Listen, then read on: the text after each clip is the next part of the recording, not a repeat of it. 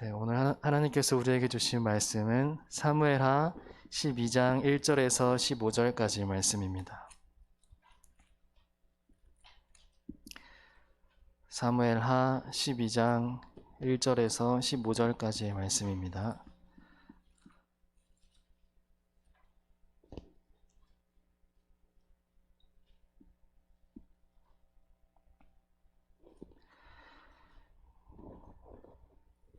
네, 구약성경 479페이지 사무엘하 12장 1절에서 15절까지 말씀 한 절씩 교독하겠습니다. 여호와께서 나단을 다윗에게 보내시니 그가 다윗에게 가서 그에게 이르되 한 성읍에 두 사람이 있는데 한 사람은 부하고 한 사람은 가난하니 가난한 사람은 아무것도 없고 자기가 사서 기르는 작은 암양 새끼 한 마리뿐이라. 그 암양 새끼는 그와 그의 자식과 함께 자라며 그가 먹는 것을 먹으며 그의 잔으로 마시며 그의 품에 누움으로 그에게는 딸처럼 되었거늘.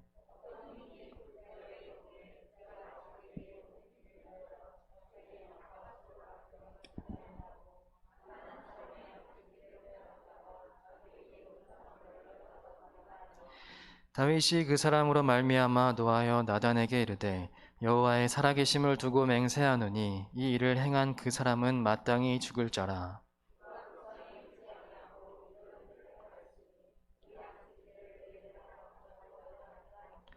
나단이 다윗에게 이르되 당신이 그 사람이라. 이스라엘의 하나님 여호와께서 이와 같이 이르시기를 내가 너를 이스라엘 왕으로 기름 붓기 위하여 너를 사울의 손에서 구원하고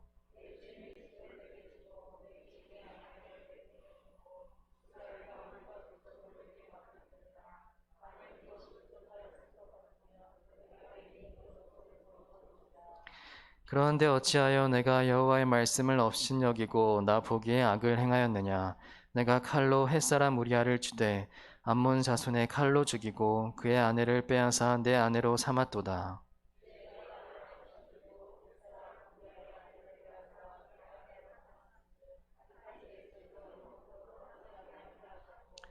여호와께서 또 이와 같이 이르시기를 보라 내가 너와 내 집에 재앙을 일으키고 내가 내 눈앞에서 내 아내를 빼앗아 내 이웃들에게 주리니 그 사람들이 내 아내들과 더불어 백주에 동침하리라.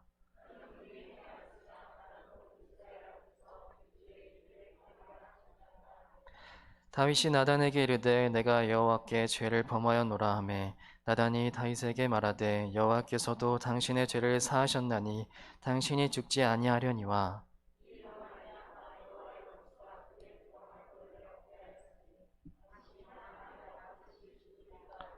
함께 읽겠습니다.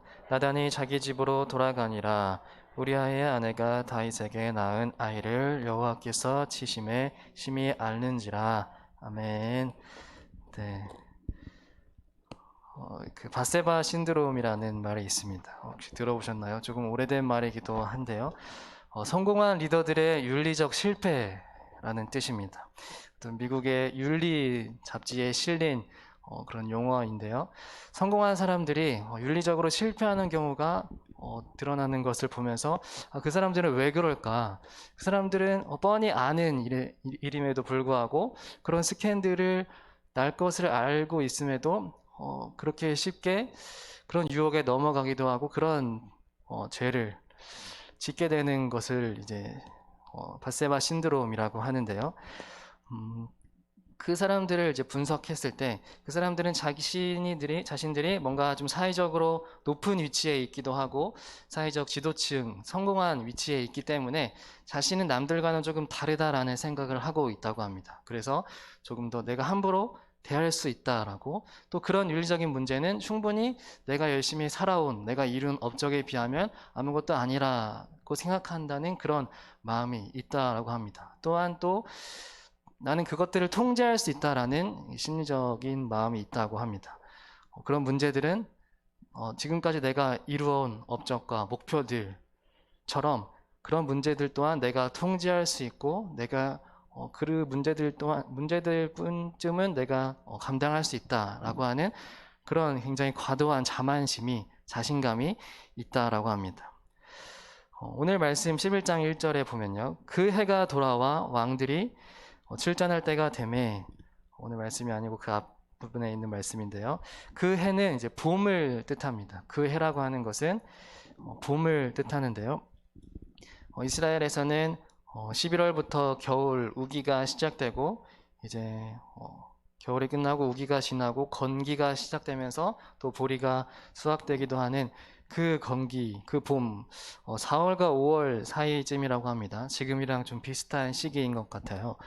그래서 그때 왕들이 출전할 때가 되었다라고 한다는 것은 여기서 왕들은 이제 다른 아람 왕들, 이제 이스라엘 바깥에 있는 왕들이 출전할 때가 되었다. 봄이니까 이제 겨울도 끝나고 비가 내리는 기간도 지나니까 날씨가 아주 좋아서 또 전쟁을 하기에 아주 좋은 날씨라는 의미입니다. 전쟁을 하기에 좋은 날씨라는 의미가 조금 잔인하게 들리겠지만 어떤 그런 날씨였다고 합니다. 그런 상황이라고 합니다. 그래서 왕들이 출전할 때가 됐다라는 것은 이제 사람들이 이제 그 나라들이 전쟁을 시작할 시기가 그 건기의 시기, 봄의 시기였다고 합니다. 다윗은 그때 자신의 사령관인 요압을 보내서 일종의 어떤 국방부 장관으로 요압을 삼고 전쟁을 내보냅니다. 다윗은 헤브론에서 7년 동안 이스라엘을 대표하고 있었지만 그때는 온전한 통치가 아니었습니다. 유다 땅에서 헤브론에서 7년 동안 다스리고 그 다음에 이제 나머지 기간 동안을 온 이스라엘을 통치하는 기간, 그 지파의 각 어른들이 와서 이제 진정으로 당신이 우리의 왕입니다 하고 기름을 붓고 왕으로 세움을 받는 시간이 지나고 나서야 이제 다윗은 온 이스라엘을 통치하는 시기가 됩니다.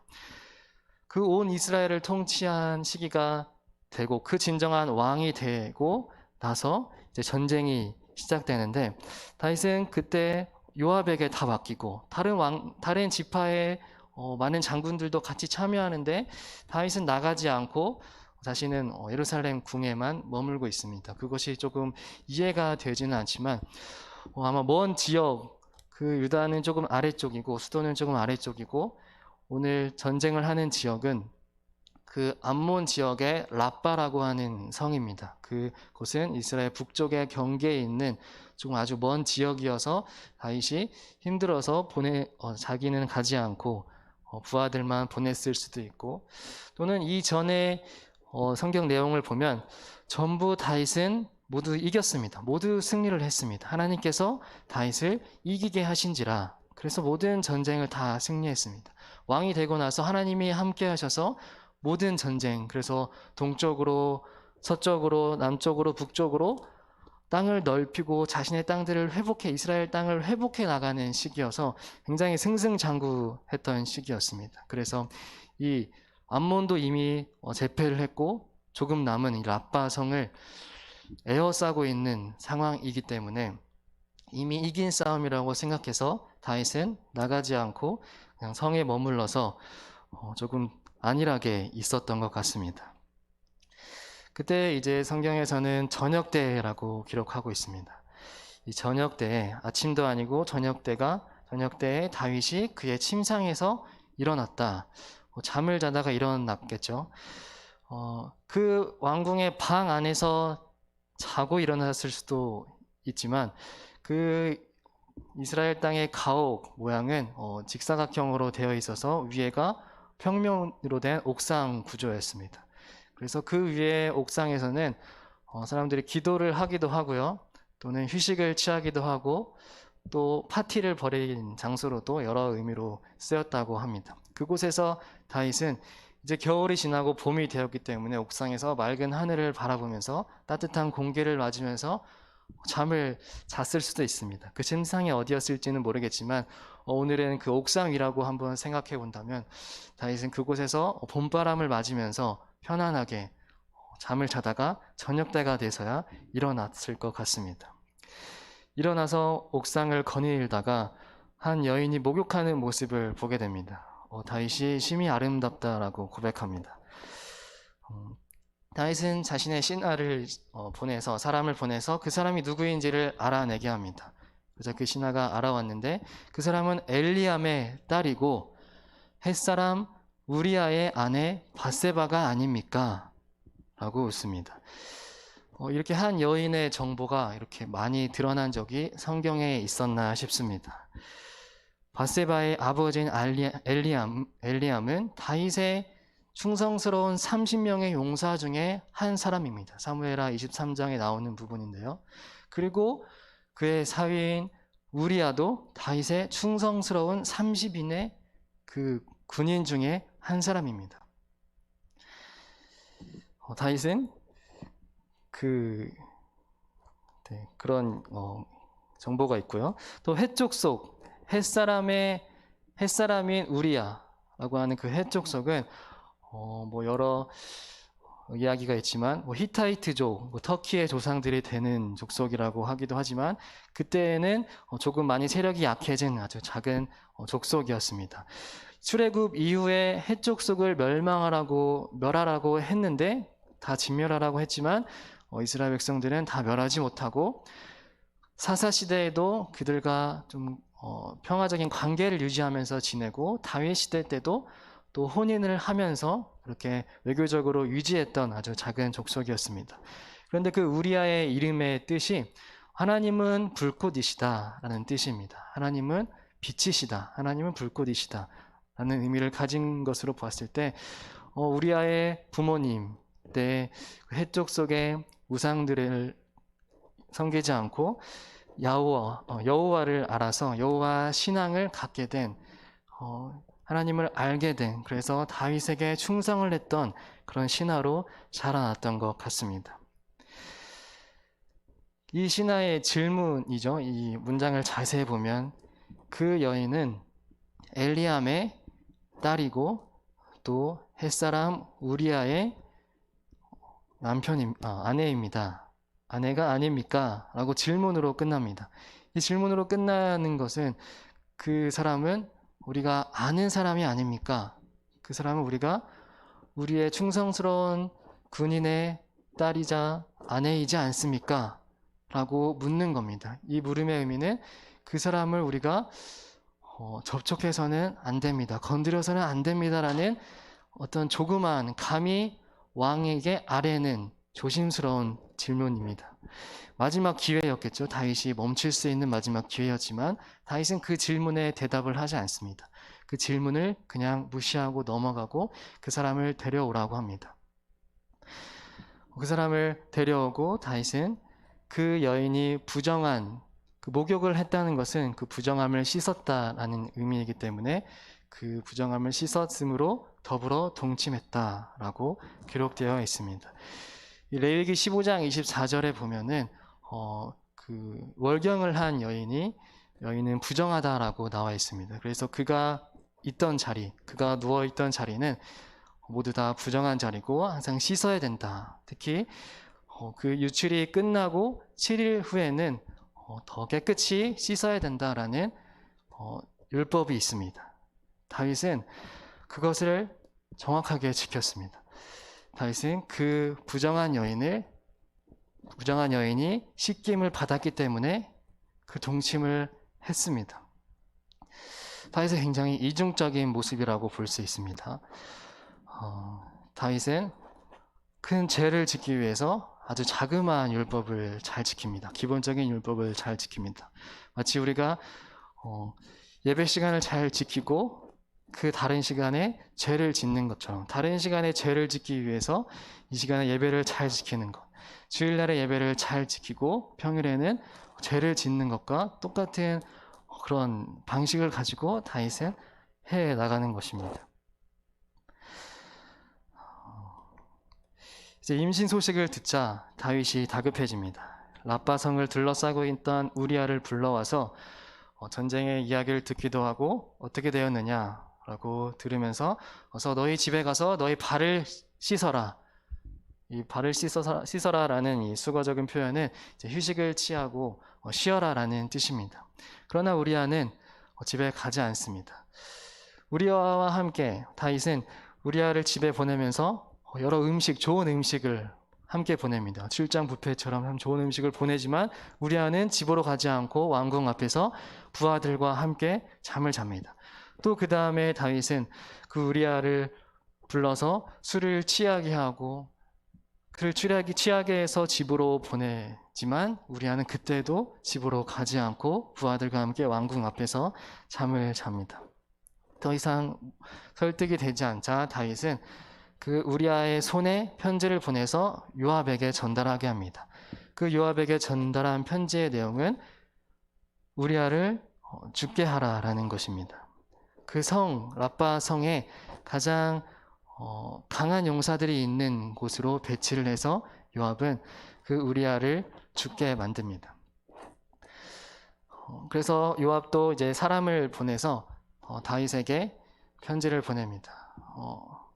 다윗에게 이렇게 말을 하는데 요압이 이제 그 사람에게, 그 신하에게 너가 다윗 왕에게 가서 우리가 전쟁에서 패배했다고 알려라. 그때 아마 왕께서는 화를 내실 것이다. 그렇다면 너는 이렇게 말해라. 햇사람인 우리아가 전사했습니다. 라고 말해라. 그 이야기를 듣고 다윗은 더 이상 말을 하지 않습니다. 이 이야기를 마무리해서 하나님은 다윗이 행한 그 일이 여호와 보시기에 악하였다라고 기록하고 있습니다. 그 독일의 베를린 예술대학에 있는 이 한병철 교수님은 에로스의 종말이라는 곳에서 이렇게 말을 합니다. 권력 관계 혹은 지배 관계 속에서 나는 타자에 맞서 나 자신을 주장하고 관철하기 위해 타자를 내게 굴복시키려 한다. 네, 조금 더 어려워집니다. 포르노적 이미지에서는 어떤 타자의 저항도, 어떤 실제의 저항도 나오지 않는다. 여기에는 어떤 예의도, 어떤 거리도 없다. 포르노적이라는 것은 바로 타자와의 접촉, 타자와의 만남이 없다는 것을 의미한다. 자아를 낯선 것의 접촉과 감정적 격동에서 지켜주는 자기 성애적인 자기 접촉, 자기 애착은 포르노적이다. 참 여러 번 읽어도 참 이해가 되지 않는 말인데요. 이 에로스라는 것은 이성 간의 사랑을 말하는 것입니다. 남녀가 서로 사랑을 하는 것, 육체적이든 정신적이든 사랑을 하는 것, 그것을 우리는 옛날부터 에로스라고 불러왔습니다. 그런데 이것에 대비되는 것을 여기서는 포르노라고 말합니다. 포르노적이라는 표현은 사랑이 없다라는 표현으로 보면 됩니다. 개인의 충족만 있고요.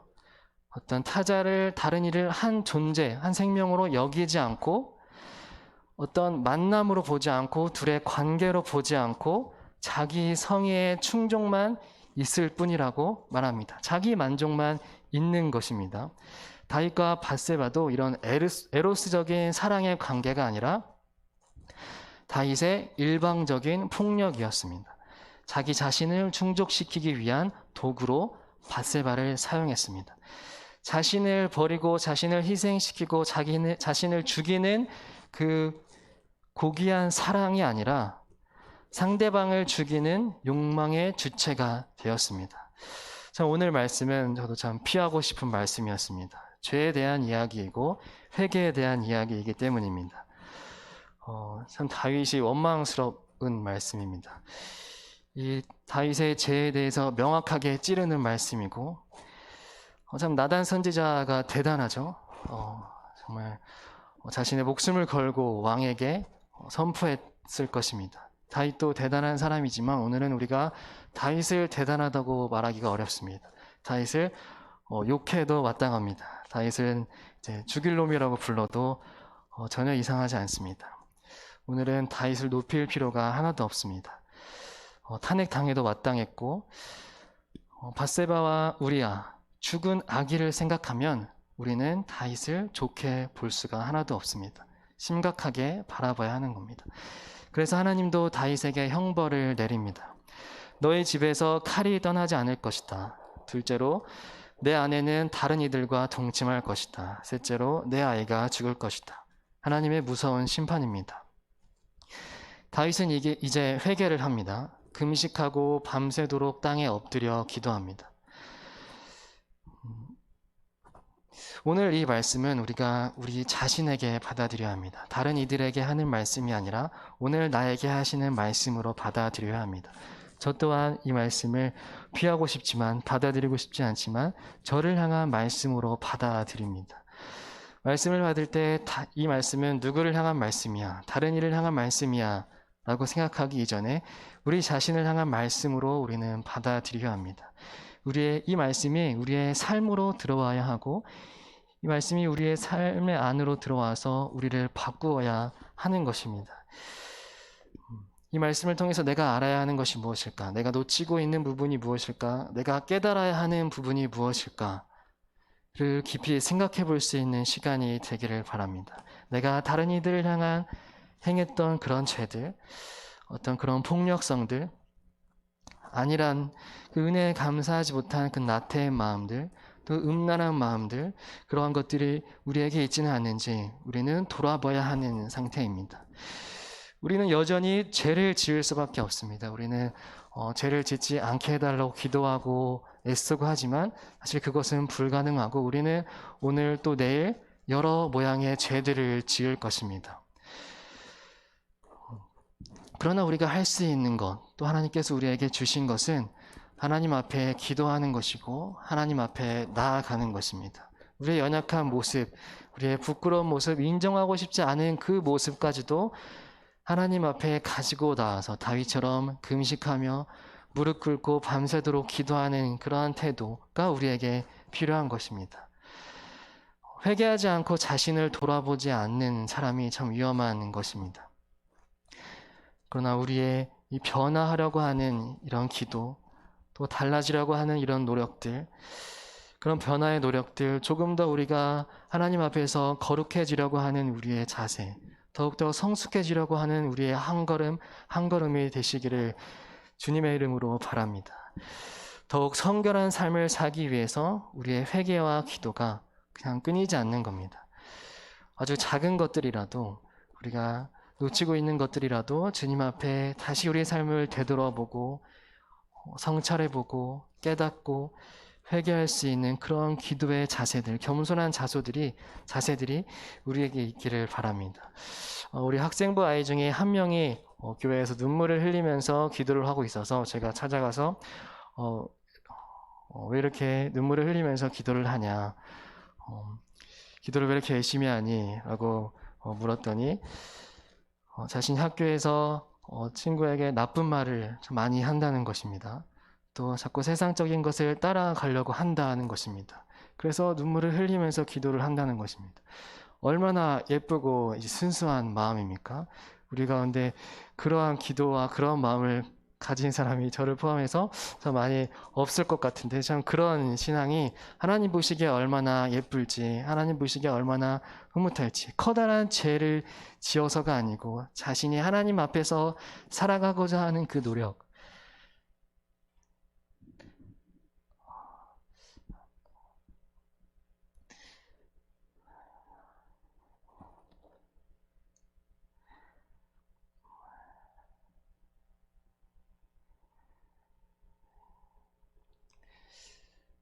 그 모습이 참 하나님 보시기에 예쁘겠죠. 죄를 안 지어서 정결한 것이 아니고 우리는 죄를 여전히 짓지만